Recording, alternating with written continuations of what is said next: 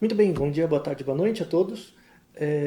Vamos continuar com nossa sequência de vídeos, agora no capítulo 6. Retomando rapidamente, o capítulo 5 ele foi uma introdução à ideia de cálculo de amostra, né?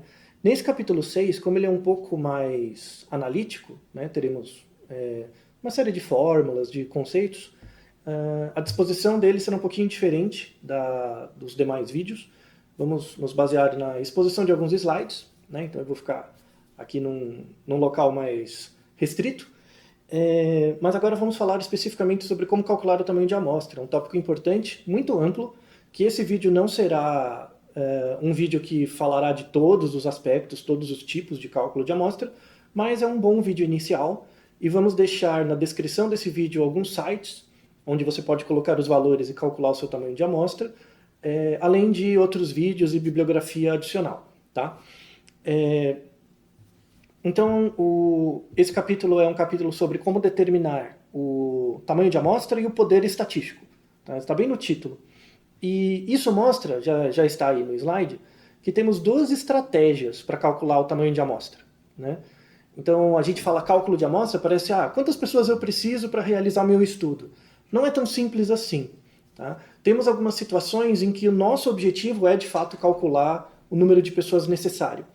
Em geral, fazemos esse procedimento de cálculo de amostra antes de iniciar a coleta de dados, né? Quando temos a pergunta de pesquisa, o critério Finer, assim como nos capítulos anteriores, chegamos num ponto em que temos que determinar quantos indivíduos, quantos pacientes precisamos. Tá?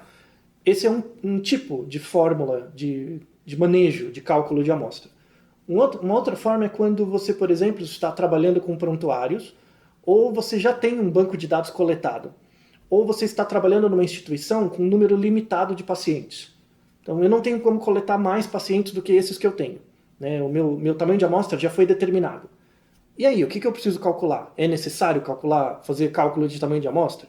A resposta é sim. Só que aí você não vai calcular o tamanho de amostra, você vai calcular o poder da pesquisa, né? O poder do teste, a capacidade de generalização dos resultados, tá? A capacidade de inferência que você pode fazer a partir dos dados da amostra para toda a população. Então, basicamente, a gente tem esses dois tipos, né, de cálculo de amostra. São os principais. Existem outros, mas para o escopo desse curso, esses dois são os principais. Você tem o cálculo de amostra chamado a priori, né, que é esse caso em que o objetivo é calcular o tamanho de amostra em si, antes de começar a pesquisa, e você tem o cálculo de amostra post hoc, que é quando você já tem o tamanho de amostra, mas você quer calcular, por exemplo, o poder observado do seu estudo. Tá? Um outro aspecto importante é que para o cálculo de amostra, tanto a priori quanto post hoc, você necessita de 5 informações, tá? 5 elementos. A saber, o teste estatístico que você vai utilizar. Então não tem como calcular o tamanho de amostra a priori ou post hoc sem saber o teste que você vai utilizar, sem saber o nível de significância que você vai adotar, ou o erro alfa, que normalmente se adota como 5%, né, um número meio mágico, mas na verdade tem a ver com o número de desvios padrão que você adota para estabelecer um intervalo de confiança, tá?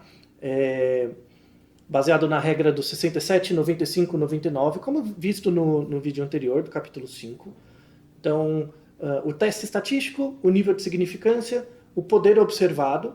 O poder observado é a capacidade da minha amostra de detectar uma diferença que eu sei que existe na população, tá? Também chamado de erro beta, ou 1 menos o erro beta.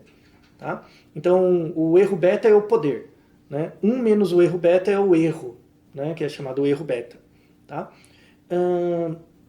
E o tamanho de efeito, né?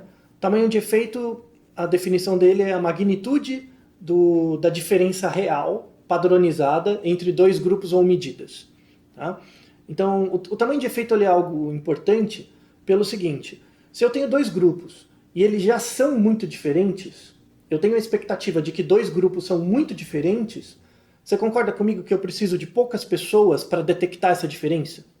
Então, eu estou comparando a altura de pessoas, jogadoras de basquete, né, que espera-se que elas já sejam em média muito altas, com pessoas que jogam mini golfe. por exemplo. Então você pega dois esportes muito diferentes, mini-golf e jogadores de basquete, e você quer comparar a altura das pessoas. Já é esperado, por uma questão do próprio esporte, que as pessoas já sejam muito diferentes.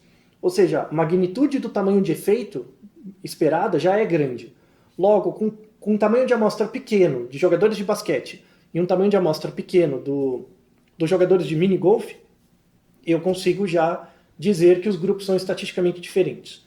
Quando eu tenho uma magnitude do tamanho de efeito pequena, ou seja, os grupos que eu estou comparando já são muito próximos, eu preciso de muitas pessoas para detectar essa diferença.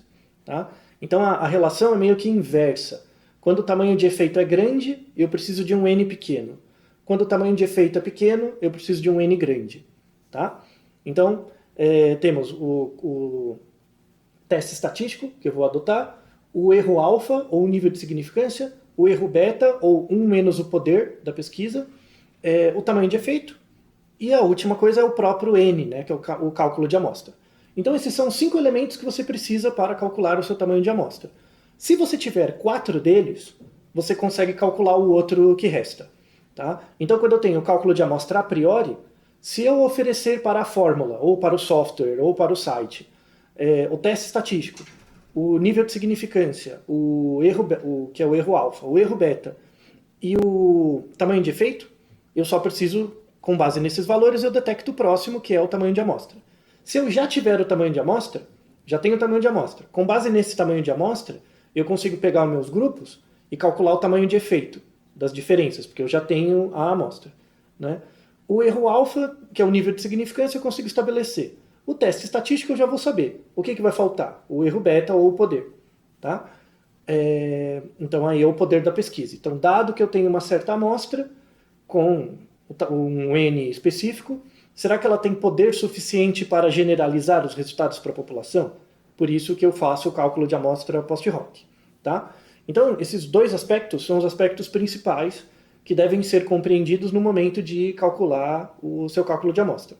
No livro, esse capítulo 6, ele tem uma série de apêndices. Os apêndices são as tabelas, né? Em que, dado uma certa estimativa de tamanho de efeito, uma certa estimativa de erro alfa, né? Você tem um cálculo de amostra ali, você tem um número de observações necessárias. Essas são tabelas muito úteis, são 5 tabelas, elas variam conforme o tipo de teste estatístico. Tá? Então, quando você usa um software, por exemplo, um exemplo de software é o GPower. Quando você utiliza o software, você escolhe o tipo de teste estatístico que você quer utilizar. Ali já tem os parâmetros, você coloca, né, tamanho de efeito e tudo mais, e aí ele te dá o tamanho de amostra, num caso a priori, ou o poder observado, num caso post-hoc. Tá? Então, o uso de softwares ou de sites ou dessas tabelas acaba sendo fundamental para você calcular o seu tamanho de amostra sem precisar decorar todas as fórmulas e tal, porque necessita um conhecimento mais técnico amplo e não é o escopo desse vídeo. Tá? Então, feitas essas apresentações, vamos falar especificamente de como funciona mais ou menos o cálculo de amostra para alguns testes estatísticos. Tá? Um dos testes mais clássicos assim, é o teste T. Já falamos dele em vídeos anteriores. O teste T é um teste que compara diferenças de média entre dois grupos, né, um grupo só em dois momentos. Então você tem o teste T independente, que é quando você compara diferenças entre médias de dois grupos independentes, por exemplo, homens e mulheres, né, ou expostos e não expostos, são dois grupos independentes, ou quando você pega um grupo só e compara eles antes e depois de um procedimento, que aí é o teste T pareado. Né? Então, antes e depois de uma cirurgia, antes e depois de uma dieta, ou algo do tipo. Quantas pessoas eu preciso coletar para detectar, para realizar um teste T? Né? Então, uma coisa importante, vamos deixar como exemplo, está aparecendo aí no slide, um exemplo de uma pesquisa, que no livro ele é o exemplo 6.1. Né? Então, eu tenho uma pergunta de pesquisa que quero saber se tem diferença entre a eficácia do salbutamol, que é um remédio para asma, e do brometo de Ipatropio.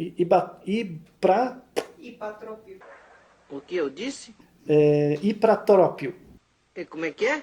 Hipatrópio. O que eu disse? Hipatrópio. Hipatrópio. Isso. Isso. Tá. Ipa, cerveja. Hipatrópio. Hipatrópio. Tá, vou voltar de novo. Então tem o exemplo na tabela 6.1, tá? Está disposto aqui no slide. Eu tenho dois medicamentos, tá? Eu tenho o salbutamol e o ipatrópio. E eu quero saber qual dos dois medicamentos é mais eficiente para a redução no tratamento da asma, tá? Então eu tenho dois grupos, né? O grupo que toma um remédio e o grupo que toma o outro. Então eu tenho o grupo, não é o exposto e não exposto, mas o droga A e o droga B. Essa é a variável independente e eu preciso saber no que eles são diferentes. E segundo o exemplo, eu escolhi o VF1, né, que é o volume expiratório forçado. Tá? E eu quero saber qual o tamanho de amostra que eu preciso ter para detectar a diferença na eficácia entre esses dois medicamentos. Tá? Então, como eu tenho dois grupos, são dois grupos independentes, usaria o teste T. Eu já tenho o teste definido. Outra coisa é o erro alfa, é o nível de significância. Esse nível de significância ele é dado pelo erro alfa. Você pode escolher, por exemplo, como 5%. E definir se você quer um teste unicaudal ou bicaudal. Ou seja, se a hipótese nula é... A hipótese nula é sempre a mesma, né? Que os grupos têm a mesma média de VF1. Tá? Então a média do VF1 da droga A é igual à média do VF1 da droga B, a hipótese nula. A hipótese alternativa é que elas são diferentes. Se você postular que elas são diferentes, você usa o teste bicaudal. Se você postular que necessariamente um grupo tem que ser maior que o outro, né, aí é a hipótese unicaudal. Tá bom? Se eu adotar a hipótese bicaudal, 5% né, de diferença, né, 5% de erro em dizer que as médias são diferentes, isso é o erro alfa, já tenho estabelecido isso. O erro beta, em geral, a gente adota que no mínimo é 80%. Então, o que quer dizer quando o meu beta é 80%? Ou o poder da pesquisa é 80%? Quer dizer que aquela amostra tem 80% de chance de detectar uma diferença que eu sei que existe na população. Essa é a definição do poder observado. Tá? Então, se 80% é o poder da minha amostra, o erro beta é 1 menos 80%, que é 20%. Se eu tenho 80% de chance de detectar uma diferença, eu tenho 20% de chance de estar errado. Tá? É essa a ideia. Então, meu erro alfa é 5%, meu erro beta é 20%. Tá? 1 menos 80%. Já tenho esses dois, já tenho o teste T, já tenho 3 parâmetros. Falta a medida de tamanho de efeito. Né?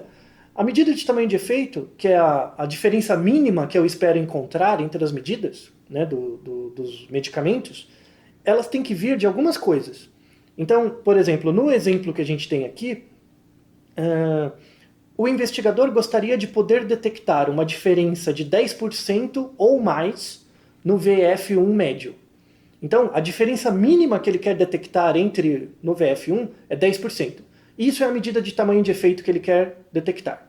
Tá? Então, a gente já tem 4 dos 5 parâmetros, que é o teste T, o erro alfa 5%, o erro beta 80% e o tamanho de efeito é 10%. Com base nesses 4 parâmetros, eu quero detectar o próximo, que seria o tamanho de amostra. Tá? Com base nisso, observando a tabela 6A, desculpa, olhando a tabela 6A, você coloca, na coluna da esquerda, você coloca os 20%, que é o poder observado, e na coluna, né, você coloca o erro alfa, que é 5%, então com base num erro beta e num erro alfa, você observa a linha e a coluna, e você aproxima para o valor que foi encontrado ali, que são 394 pacientes. Tá? Esses 394 seria o tamanho de amostra necessário para esse estudo. Tá bom? Veja que algumas vezes é um tamanho de amostra grande, né, para você detectar uma diferença. Tá? Isso, às vezes, permite né, que você repense sua pesquisa em função do custo, em função do tempo de coleta. Então, uma das coisas fundamentais para um protocolo de pesquisa é realizar o cálculo de amostra antes, porque aí você já sabe o tamanho do esforço que terá que ser feito. E muitas vezes isso torna a pesquisa impraticável. Tá? Mas agora pense comigo um detalhe desse exemplo. Se ao invés de eu querer detectar uma diferença de 10%, eu acho que as duas drogas têm uma diferença mínima de 20%, né? Então, a diferença entre as drogas no VF1 não é 10% apenas, não é só essa diferença. É uma diferença de 20%, é um pouco maior. Ou seja, eu precisaria de um tamanho de amostra menor para detectar essa diferença. Tá? Então, às vezes, se você mexer no tamanho de efeito, você pode reduzir o tamanho de amostra esperada. No entanto, você está assumindo que a diferença esperada entre os grupos vai ser maior. Tá? Então, você não pode colocar uma diferença muito grande para o tamanho de amostra ficar pequeno e depois, na hora de coletar os dados, você não encontra aquela diferença mínima. Tá? Então, é um trade-off importante.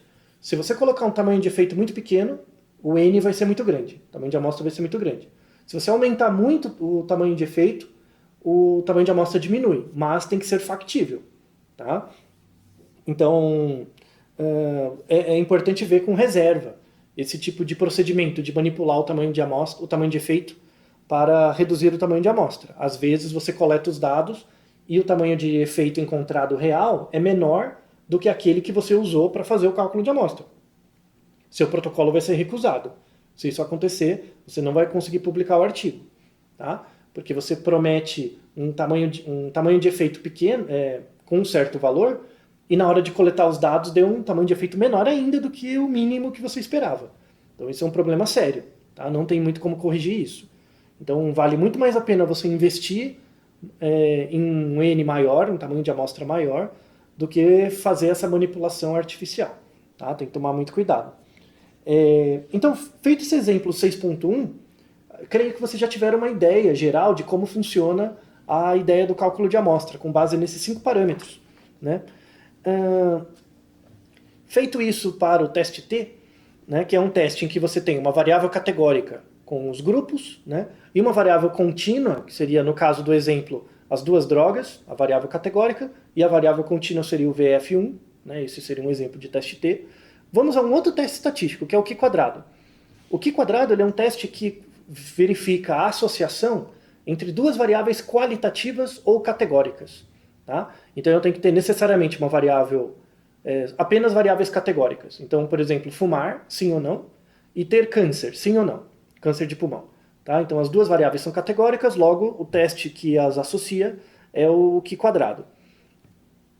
O procedimento é o mesmo. Então a gente está vendo aqui no slide o exemplo 6.2. O problema que eles colocaram como exemplo é o seguinte: pessoas que praticam Tai Chi têm um menor risco de desenvolver dor lombar do que as pessoas que praticam corrida. Né? Então quais são as variáveis?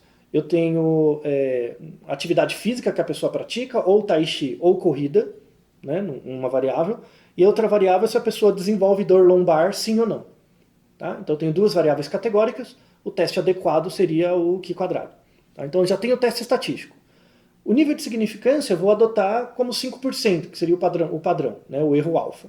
O erro beta eu utilizo como um default o poder observado, que seria 80%, 1 menos 80 daria 20%.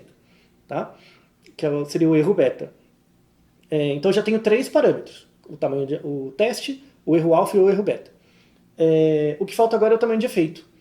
Esse tamanho de efeito ele tem que vir de alguma revisão, de alguma meta-análise, de algum estudo anterior.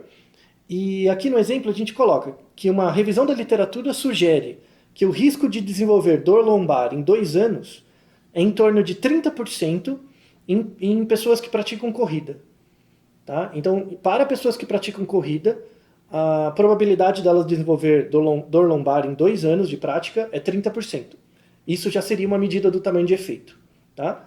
Então já tem os 4 parâmetros: tamanho de efeito, erro alfa, erro beta e o teste estatístico.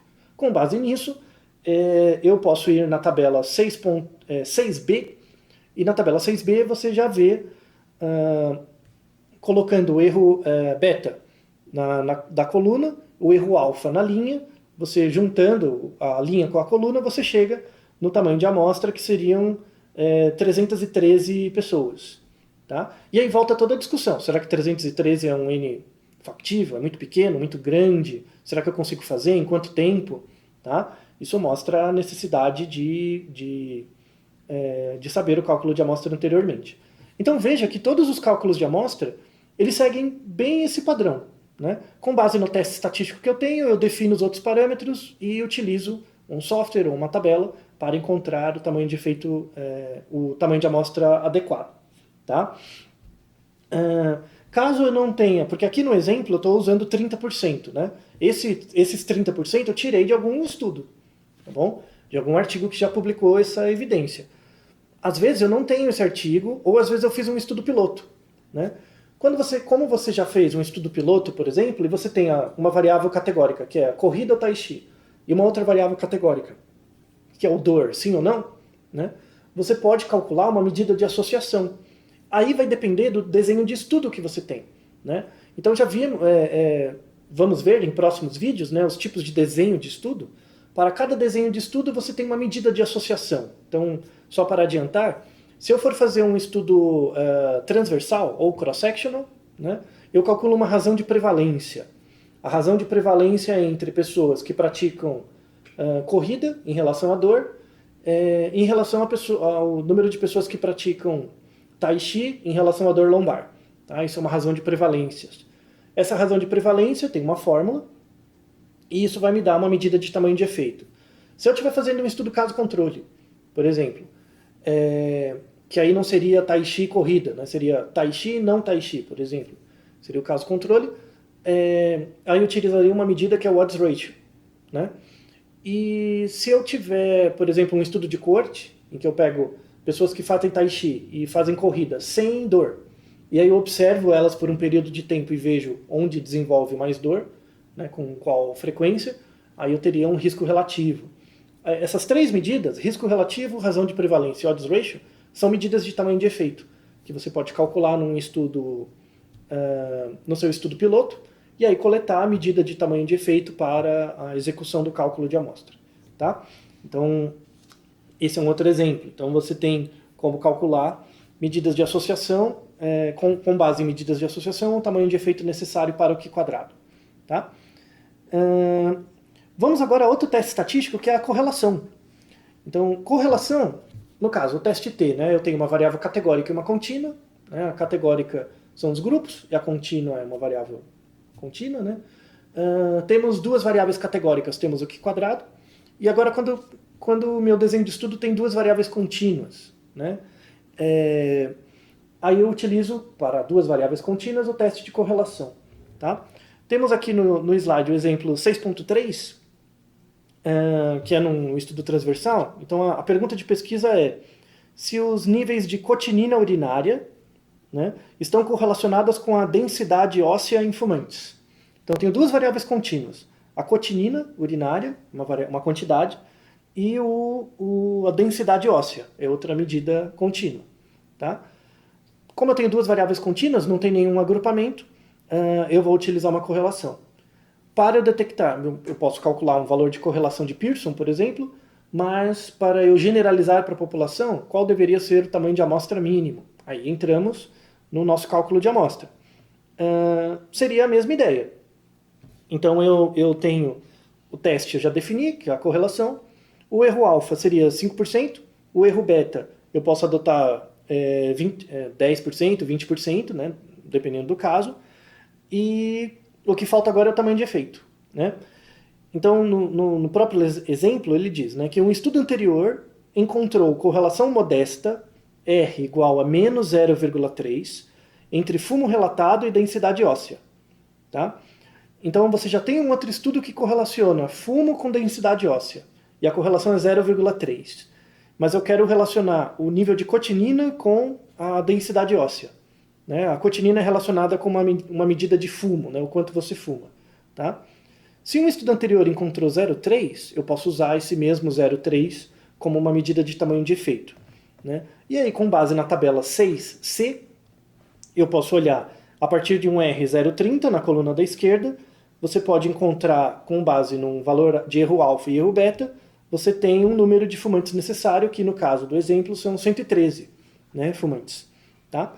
Então, todas essas tabelas são baseadas em uma fórmula, cada tabela, cada teste estatístico usa uma fórmula, Essa fórmula, você só muda os parâmetros alfa, beta e o tamanho de efeito, você vai ter todos os diferentes tamanhos, todos os diferentes valores de tamanho de amostra. Tá? Vamos deixar na descrição um artigo, para quem tiver interesse, com essas fórmulas. Tá? Mas com o uso de softwares e sites, você consegue chegar nesses valores diretamente. Mas para quem tiver interesse, tem um artigo com as fórmulas. Tá? É o manual do próprio software, né, do G-Power, ele faz uma lista de todas essas fórmulas também. Tá? Então, fizemos uma explanação geral aqui sobre os cálculos de amostra para os principais testes univariados. Né?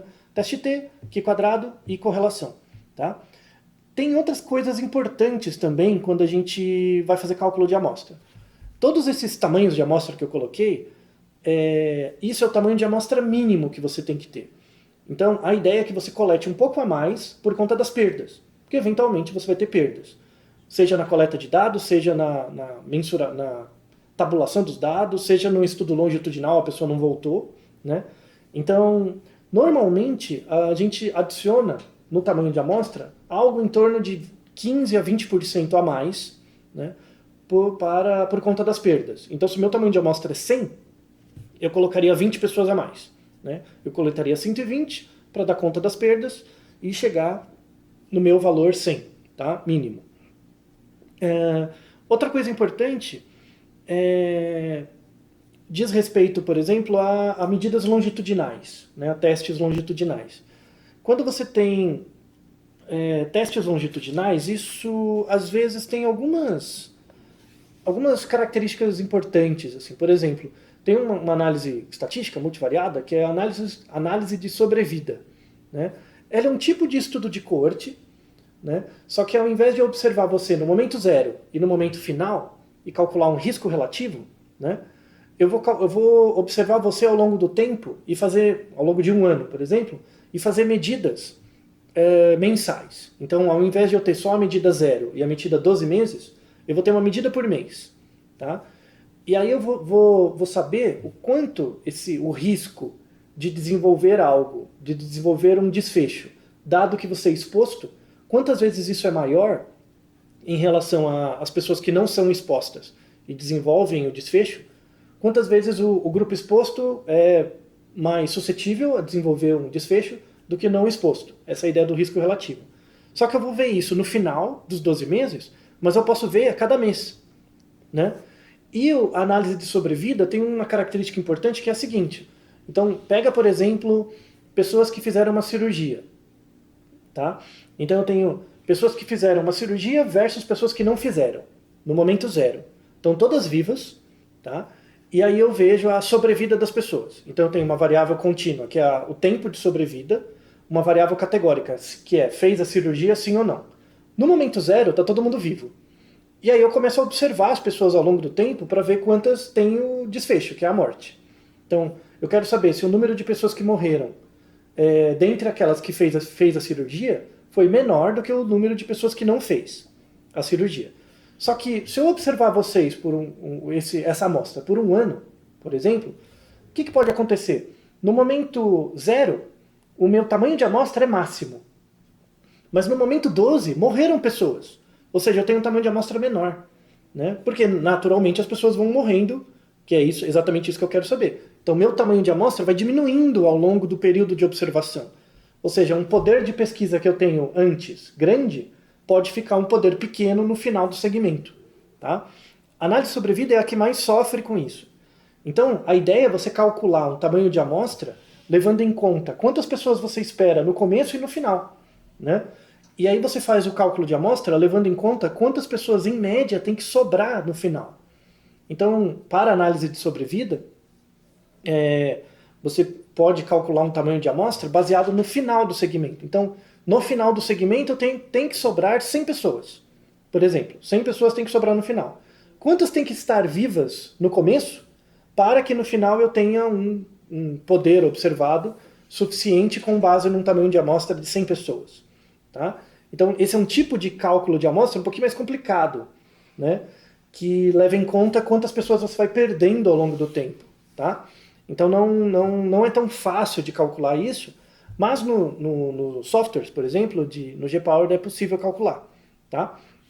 Mas aí ele vai te pedir, como tamanho de efeito, esse grau de perda, né? Esse grau de risco relativo de perda, né? Ou no caso da análise sobre vida, é chamado de hazard ratio, né? Ou razão de perigos. Então, quanto que é o hazard ratio a cada unidade de tempo que você está observando? E aí essa medida vai ser usada para o cálculo de amostra. Tá? Isso aqui é algo importante, é uma coisa especial. Vamos deixar uma literatura a respeito extra, mas é só para deixar isso claro para quem for usar a análise de sobrevida. O cálculo de amostra não é tão simples. Tá? Outra discussão importante é sobre emparelhamento, né, ou randomização. A gente vai ter posteriormente os vídeos sobre estudos randomizados controlados, que é no capítulo 9, né, principalmente. O cálculo de amostra ele pode levar em conta também o fato de você ter amostras com N igual. Então, eu tenho os expostos e os não expostos, eles têm que ter o mesmo tamanho de amostra, tem que ter o mesmo número de pessoas. Às vezes, se você conseguir emparelhar certinho, o mesmo número de homens, de mulheres, e idade, por aí vai, isso não é um problema, por cálculo de amostra é bom. Só que tem momentos em que você não consegue parear, né? Então temos momentos em que você tem um número de amostra desigual para cada grupo. Então, por exemplo, eu não tenho um caso e um controle. Eu tenho um número maior, por exemplo, de controles do que casos. E aí, como é que eu faço o cálculo de amostra, né? Tem uma fórmula que vai estar aparecendo aí, no livro ele fica na página 74, que ele, dependendo do erro alfa, do erro beta, do tamanho de efeito, você faz um cálculo de amostra imaginando que os grupos têm o mesmo tamanho de amostra, né, que é 1 para 1, e aí você usa essa formulinha, que é o n' igual a c mais 1 dividido por 2c vezes n, para computar, né, para recalcular o tamanho de amostra quando você tem o n desbalanceado. Tá? Então, vai estar aparecendo aí no vídeo o exemplo 6.9, que é quando um investigador está estudando se a exposição a inseticidas é fator de risco para a anemia, por exemplo. Tá? Então, eu tenho duas variáveis, a exposição a inseticidas, sim ou não, e a anemia, sim ou não. Tá? É uma variável, seria um Q quadrado. O cálculo de tamanho de amostra original indicou que seriam necessários 25 casos, considerando 1 para 1, um caso e um controle. Suponha que o investigador tenha acesso a apenas 18 casos. Eu não tenho 25, eu só tenho 18. Tá? Então, quantos controles eu deveria ter? Né? Se eu não tenho 25 casos, só tenho 18. Quantos controles eu deveria ter para ter o mesmo balanço entre o erro alfa e beta? Né? Então, se você colocar, por exemplo, o critério de 3 controles para cada caso, então eu tenho lá 18 casos, e eu quero fazer um controle com 3 controles para cada caso. Você pode aplicar a formulinha, que está aparecendo, e aí você teria 17 casos. Isso, 17 casos. Tá? E aí eu teria que colocar 3 controles a mais para cada um. Então seria 17 vezes 3 controles para 17 casos. Tá? Se você colocar, você pode variar esse número de controles por caso, né, que é o parâmetro C. Tá? Então, o C da equação, que está aparecendo aí, é o quantas vezes a mais tem que ter de controles em relação a caso. Se você colocar o C igual a 2, você vai ter 2 vezes mais controle do que caso. Se você colocar o C igual a 3, 3 vezes mais controles do que casos. Tá? Então, é possível fazer cálculo de amostra para amostras desbalanceadas sem nenhum problema, desde que você utilize essa formulinha. Tá? Ela é bem útil. Tá bom? Vamos falar um pouquinho agora sobre cálculos de amostra para análises multivariadas. Né? É algo mais complicado, tá? Aí necessariamente você teria que pedir ajuda para alguém, assim, só para ter uma clareza um pouco melhor, né, do desenho, mas aí eu dou uma dica de estatístico. Tá? Em geral, para o cálculo de amostra, principalmente para desenhos de análise de dados multivariados, então regressões logísticas com a variável dependente e a variável independente, né, que seria a exposição e o desfecho, variáveis de controle, covariantes, coisas do tipo, num modelo mais complexo. Quantas pessoas eu preciso para ver a relação entre a exposição e o desfecho com 10 covariantes, 10 variáveis de controle. Além disso, né? O estatístico ele fica muito grato se você, como pesquisador, pelo menos já pensou quais são as variáveis e já tentou fazer um cálculo de amostra. Então, por exemplo, mesmo que você saiba, você só sabe fazer o cálculo de amostra para quando você só tem a exposição e o desfecho, sem nenhuma variável de controle, sem nenhuma covariante, nada. O estatístico você vai ajudar muito o estatístico se você fizer pelo menos o cálculo de amostra mais simples e pontuar para ele quais são suas variáveis de controle ou covariantes, para que ele também, para que ele recalcule isso para você. Tá? Muitas vezes o pesquisador chega para o estatístico e coloca: minha pesquisa é relacionar a variável A com B, mas não fala nada sobre variáveis de controle e tal.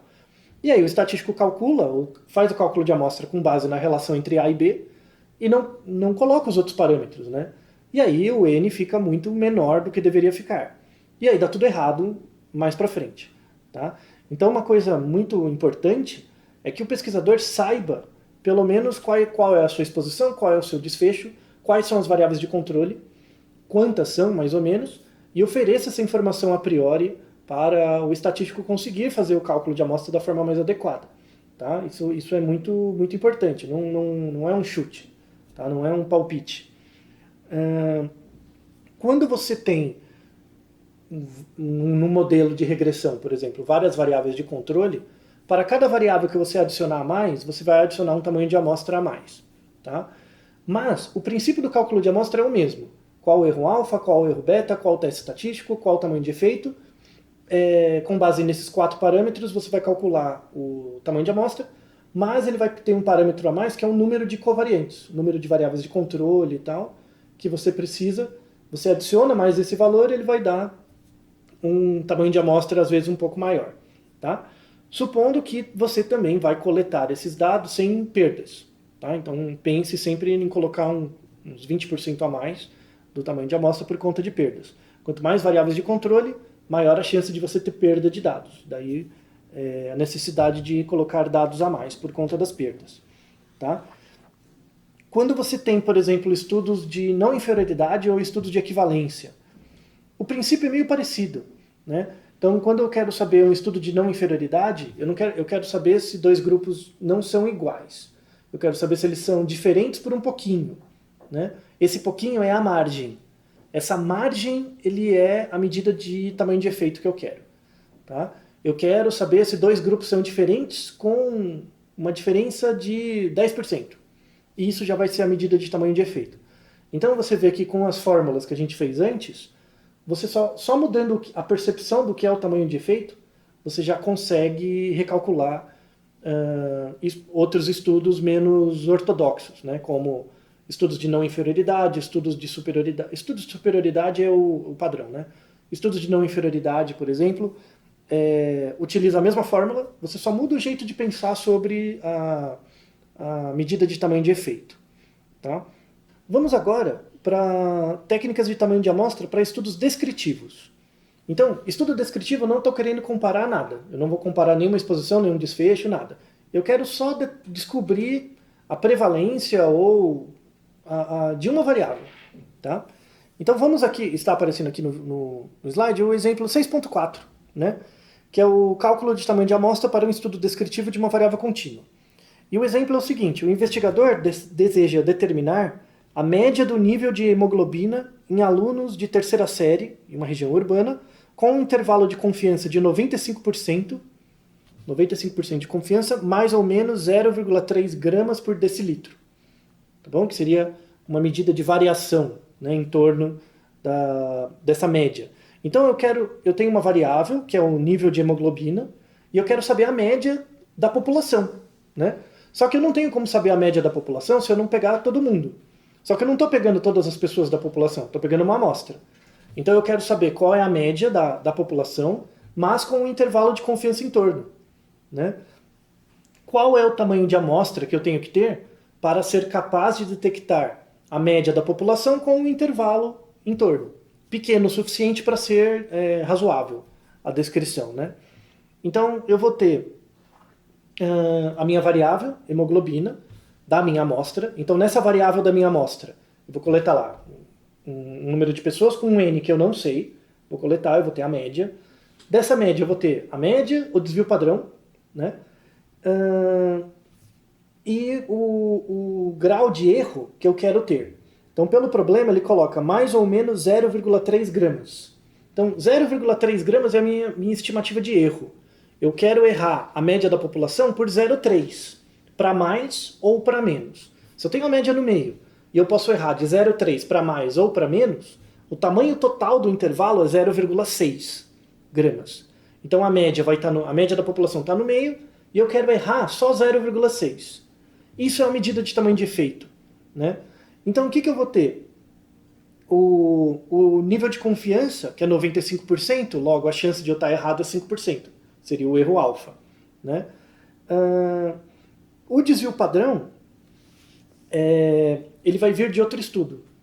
Então eu quero detectar a média, eu quero saber quanto é o desvio padrão dessa média populacional. O desvio padrão tem que vir de outro estudo, isso seria a medida do tamanho de efeito, né?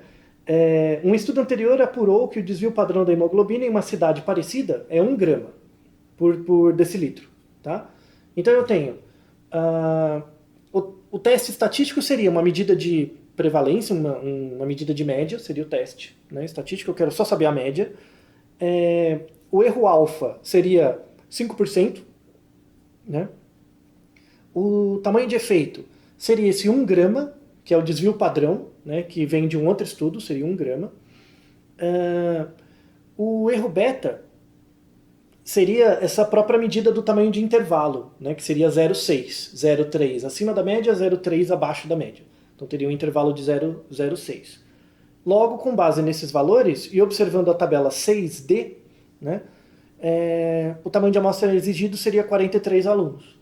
Tá? Então você vê que mesmo para estudos descritivos, tem que fazer cálculo de amostra, porque você quer calcular uma média, uma proporção da população. Quantas pessoas eu tenho que coletar no mínimo para detectar essa média da população? Tá? Então você usa todos os parâmetros. Tá bom? Você precisa de uma medida de outro estudo para ter o desvio padrão, você precisa da medida do erro beta, né, que é o quanto você está errando em torno da média, que no caso aqui seria o 0,6 gramas por decilitro. O teste estatístico é um teste de prevalência, que é só calcular o intervalo de confiança.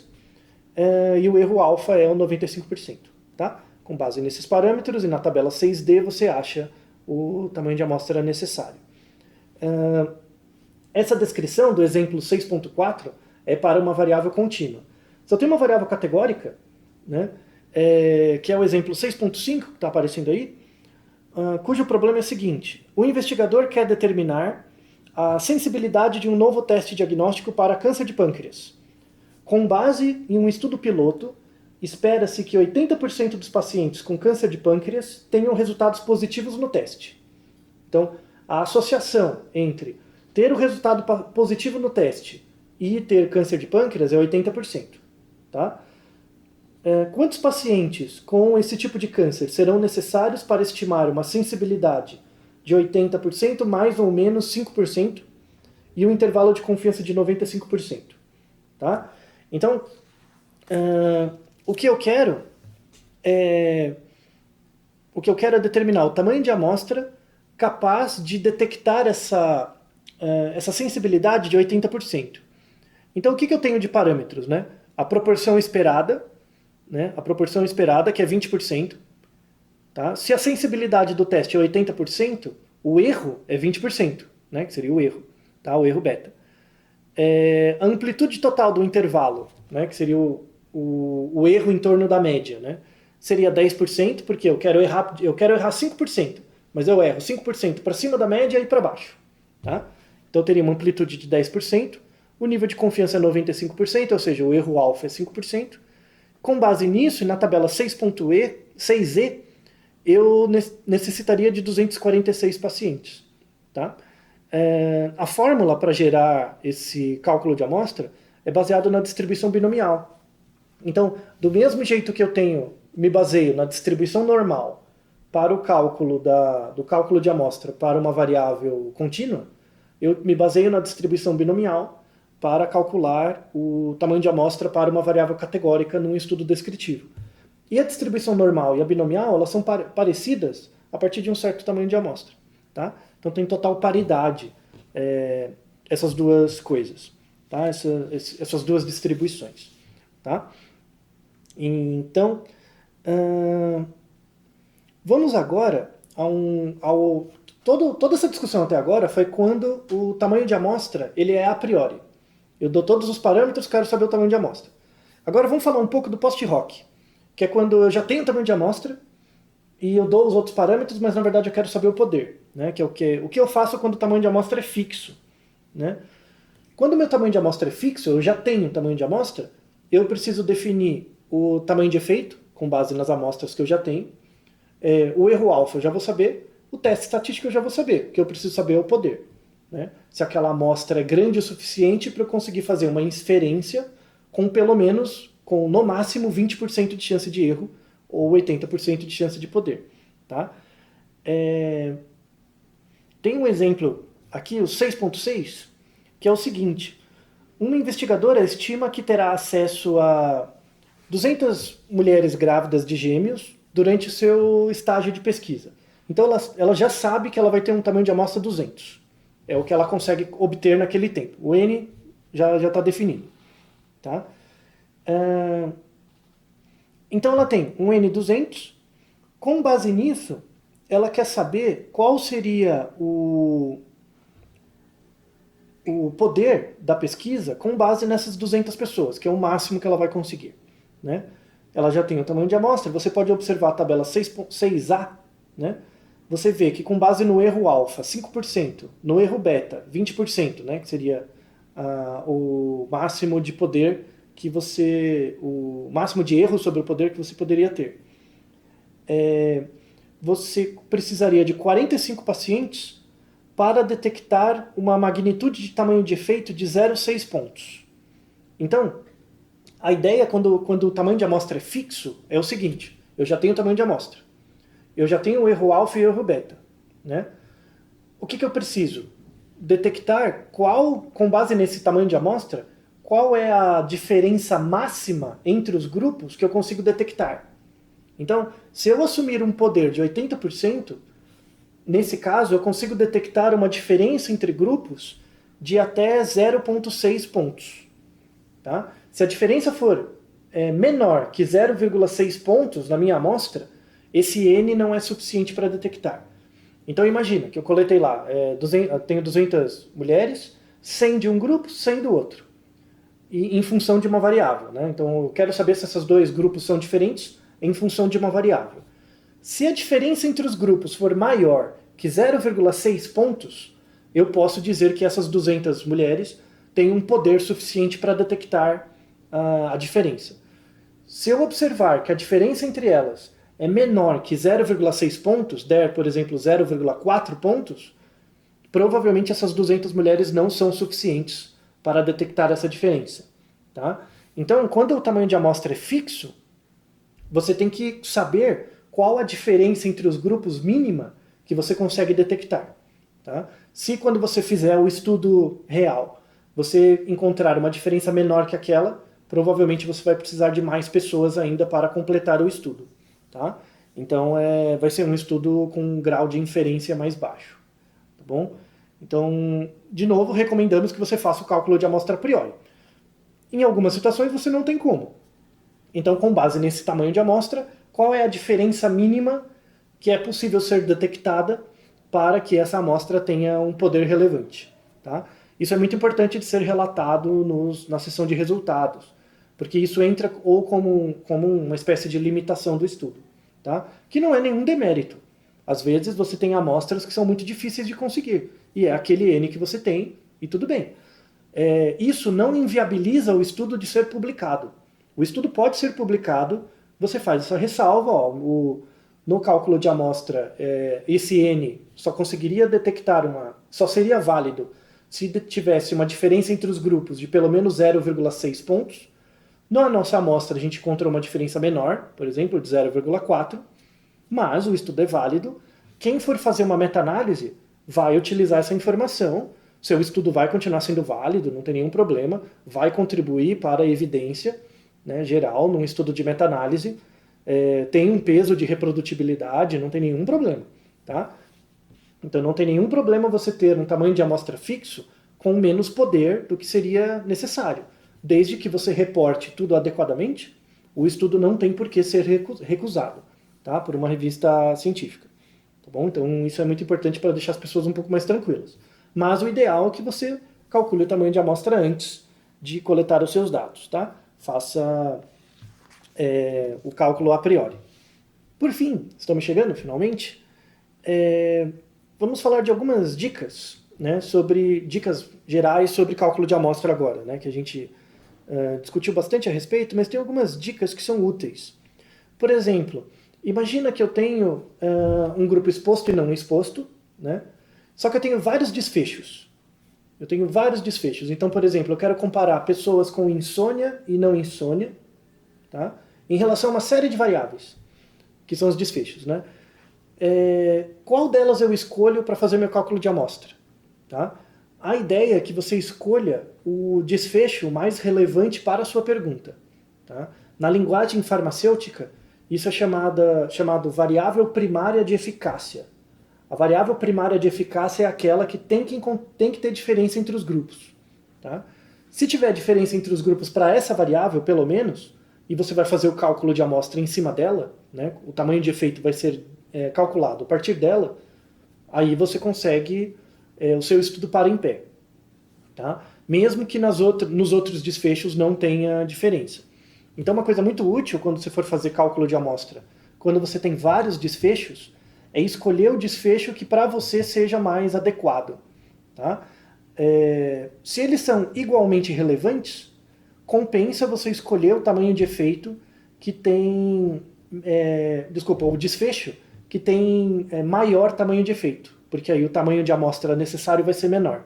Tá? Mesmo que esse tamanho de amostra não seja suficiente para os demais desfechos, se você definir um certo desfecho, como sua variável primária de eficácia, pelo menos para ele você tem o poder suficiente para detectar as diferenças. Tá? Um outro critério, né, seria, você tem lá uma exposição e vários desfechos. Você pega o desfecho com um tamanho de efeito menor, segundo a literatura, menor. Logo, o tamanho de amostra vai dar o maior possível. E aí, com base nesse tamanho de amostra, com certeza ele vai dar conta de investigar todos os outros desfechos. Tá? Então, essa é uma dica importante. Sobre qual desfecho eu calculo o meu tamanho de amostra. Ou sobre o mais importante, teoricamente, ou sobre aquele que tem o menor tamanho de efeito, porque vai dar o maior tamanho de amostra, e aí você generaliza isso para todos os outros desfechos. Tá?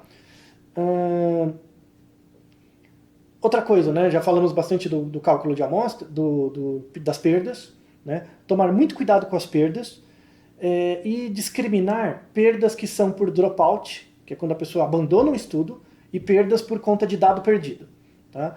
Dado perdido é uma coisa que acontece, mas às vezes o dropout, né, que a pessoa intencionalmente desiste do estudo, pode ser uma variável importante que afeta o cálculo de amostra.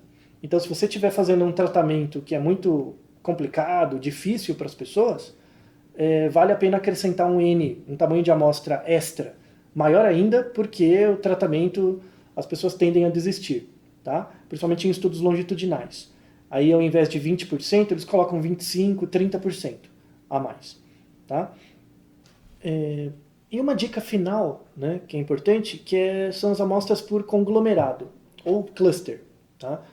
As amostras por clusters têm um problema, que é o seguinte: esse cálculo de amostra para amostras em conglomerado não vai ser abordado nesse vídeo, nem durante esse curso, tá? Mas vamos deixar um artigo extra. Mas um exemplo, ele é bem restrito. É quando você, por exemplo, tem uma escola, eu quero calcular um tamanho de amostra para alunos de uma escola. Só que os alunos de uma escola, eles estão dentro... Você tem escolas, só que dentro de cada escola você tem classes, você tem turmas. Tá? E aí você quer avaliar um efeito sobre o aluno. Será que esse efeito é por conta da escola ou por o efeito da classe? Né? Às vezes o efeito acontece no aluno não porque ele está na escola A, mas porque ele está na classe A da escola A. Né? E aí, como você tem um efeito hierárquico, isso afeta um pouco o cálculo de amostra. Ele se torna mais complicado porque você tem que calcular um tamanho de efeito condicional, né? Que é um tamanho de efeito da escola dado que o aluno faz parte também da classe. Tá? Isso é um pouco mais complicado, tá? É um delineamento mais raro, mas vamos deixar aqui um texto que descreve um pouquinho isso. Os tamanhos de amostra podem mudar um pouco, principalmente se o efeito da hierarquia é muito forte. Tá? Então, às vezes, eu sou um bom aluno, não porque eu estudo na escola A, mas porque eu estou dentro de uma classe da escola A, e só aquela classe é a que carrega o efeito. Tá? Então, como é que eu calculo um tamanho de amostra para detectar isso? Isso é um pouco mais complicado. Tá? Não vai ser o escopo desse vídeo, infelizmente, porque aí teria muitos detalhes extras. Mas se você consultar um estatístico, com certeza ele tem um detalhe, tem um cuidado maior com isso. Tá? Mas vamos deixar um artigo na descrição que descreve isso um pouco a mais. Caso seja o exemplo do seu protocolo, tem um efeito hierárquico forte, não deixe de olhar esse artigo. Tá? E dá para utilizar o próprio GPower para o cálculo de amostra nesse caso, com algumas alterações. Tá? Então, fizemos uma abordagem geral deste capítulo. Né? Observe os anexos, né, os apêndices. Os apêndices são muito úteis porque eles têm as tabelinhas. Você consegue encontrar essas tabelinhas em outros locais. Tá? Vamos deixar um site também, né, de epidemiologia para você calcular os tamanhos de amostra, e ele também tem essas tabelas. Tá bom? Mas o importante, que tem que ficar como mensagem desse vídeo, são esses 5 elementos. Né? O erro alfa, o erro beta, o teste estatístico, o tamanho de efeito e o tamanho de amostra. Tá? Você sempre vai brincar com esses 5 elementos. Tá? E aí você necessita pensar um pouco, sempre dependendo do seu desenho de estudo e tal, do tipo de protocolo que você for fazer, para como elaborar os valores desses 5 elementos para ter ou o tamanho de amostra, quando você não tem o tamanho de amostra definido, ou o poder da pesquisa, ou a magnitude do tamanho de efeito mínima, quando você já tiver os dados coletados. Tá? Então, a grande saída para esse virar uma pessoa as em coletar, fazer cálculos de amostra, é ler protocolos de pesquisa, pensar em diferentes desenhos de estudo e praticar. Tá? Praticar. Nem que você não necessita decorar as fórmulas, isso é o de menos. Mas você precisa saber quais são esses 5 parâmetros, e aí é só olhar nas tabelas e você já vai saber os tamanhos de amostra. Tá? Mas o que é muito rico para a formação de um pesquisador, ele conseguir pensar na cabeça dele esses 5 elementos, tá? Que foram descritos ao longo de todo o vídeo. E como não poderia deixar de ser, vamos a um exercício para fixar, né, os conteúdos desta aula, que é um pouco densa, mas é importante. Indo para o nosso exercício, aqui do capítulo 6, vamos pegar como exemplo o exercício 1 do capítulo 5. Então, retome o exercício 1 do capítulo 5. Então, a saber, o exercício 1 do capítulo 5, só dando uma resumida, um investigador está interessado em delinear um estudo com um tamanho de amostra suficiente, ele quer saber o tamanho de amostra, para determinar se há associação entre índice de massa corporal, o IMC, e câncer gástrico em mulheres de 50 a 75 anos de idade. Então eu tenho 2 variáveis, o IMC e o câncer gástrico, sim ou não. Tá? A hipótese nula é que não tem diferença no IMC entre mulheres com e sem câncer. Não tem diferença na média. E a hipótese alternativa é que tem diferença na média. Tá? Então ele tem o teste estatístico que ele vai usar. Ele tem uma variável categórica, que é câncer e não câncer, e uma variável contínua, que é o IMC. Tá? Já tem o teste estatístico. Que teste estatístico é necessário para esse caso? Uma variável categórica com 2 grupos e uma variável contínua. Qual é o teste estatístico? Depois, qual que é o erro alfa? Qual é o erro beta? E no exercício ele diz que com um poder de 80% e um nível de significância de 5%, para poder detectar uma magnitude de efeito da diferença de 1 kg por metro quadrado, ou seja, um ponto de variação no IMC, qual seria o tamanho de amostra? Tá? Então, com base nisso, com base nesses parâmetros todos, como você faria o cálculo de amostra para esse estudo? Tá? Utilize as tabelas, né, no apêndice do capítulo 6 para fazer isso. Dado que você já fez o cálculo de amostra para esse estudo, depois eles perguntam, E se os investigadores almejarem um poder estatístico de 90%? Então, se ao invés de eu colocar 80% de poder, eu colocar 90%, quanto seria o tamanho de amostra? E se eu adotar um nível de significância de 1%? Ao invés de 5%, adotar 1%, quanto seria o tamanho de amostra? E por fim, imagine que o investigador tenha acesso só a 60 casos. Então, eu não sei quanto é o tamanho de amostra, mas imagina que ele só tem 60 casos para fazer esse estudo. Ele não tem mais. O que ele poderia fazer? Tá? Pense a respeito.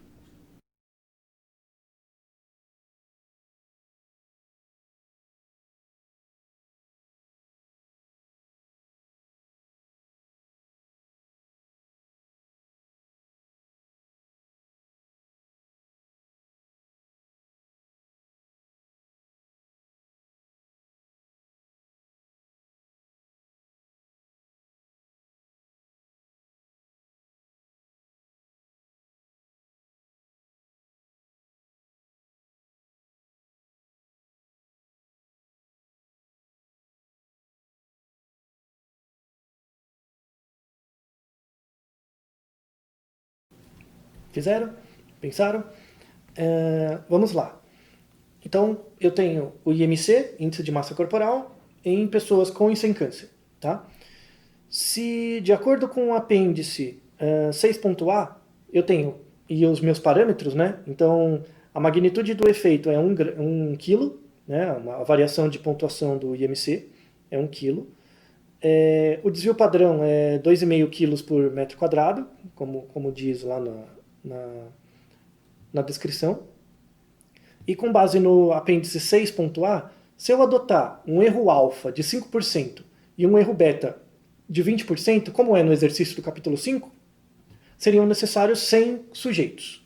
Tá? Então eu olho lá o erro beta na linha, o erro alfa na coluna, você encontra o valor de 100 sujeitos. Se eu adotar 5% do erro alfa e 10% do erro beta, é só mudar, né, a coluna, são 133 sujeitos. E se eu colocar o erro alfa 1% e o erro beta 20%, são 148 sujeitos. Tá? Então você sabe que variando o alfa e beta, você mantendo o resto dos parâmetros constante, você altera um pouco o tamanho de amostra. Tá? Agora a questão opcional, né? Imagine, eu precisaria de 100 até 148 sujeitos, mudando os parâmetros. Mas imagina que o investigador tem acesso só a 60. Ele só tem 60 casos, né? Então ele não daria para fazer o estudo, né? Ele não tem poder suficiente para detectar o tamanho de efeito que ele tem aqui. O que ele faria? Né? Tem algumas sugestões. Né? Uma delas é trocar essa variável dependente, o IMC, por uma variável mais precisa. O que quer dizer uma variável mais precisa? É uma variável que tem um tamanho de efeito maior. Então, ao invés de usar o IMC, eu poderia usar uma outra variável parecida com o IMC, mas que tem um tamanho de efeito maior, né, da diferença entre os grupos câncer e não câncer. E isso me ajudaria a diminuir o tamanho de amostra. Tá? Eu teria que ver na literatura e pensar uma variável alternativa ao IMC. Tá? Eu usar um tamanho de amostra desigual. Então, uma outra dica para diminuir um pouco o tamanho de amostra, dado que eu só tenho 60 casos, né? Como eu só tenho 60 casos, quantos controles eu preciso? Né? Então você poderia fazer, por exemplo, a relação controle-caso. Então eu posso usar aquela fórmula, né, que a gente falou durante o vídeo, que é do N', e se você colocar, por exemplo, um tamanho de amostra onde você tem 4 vezes mais controles do que casos, né, então eu só tenho 60 casos. Quantos controles eu precisaria? Porque a rigor eu precisaria de 100 a 148 casos.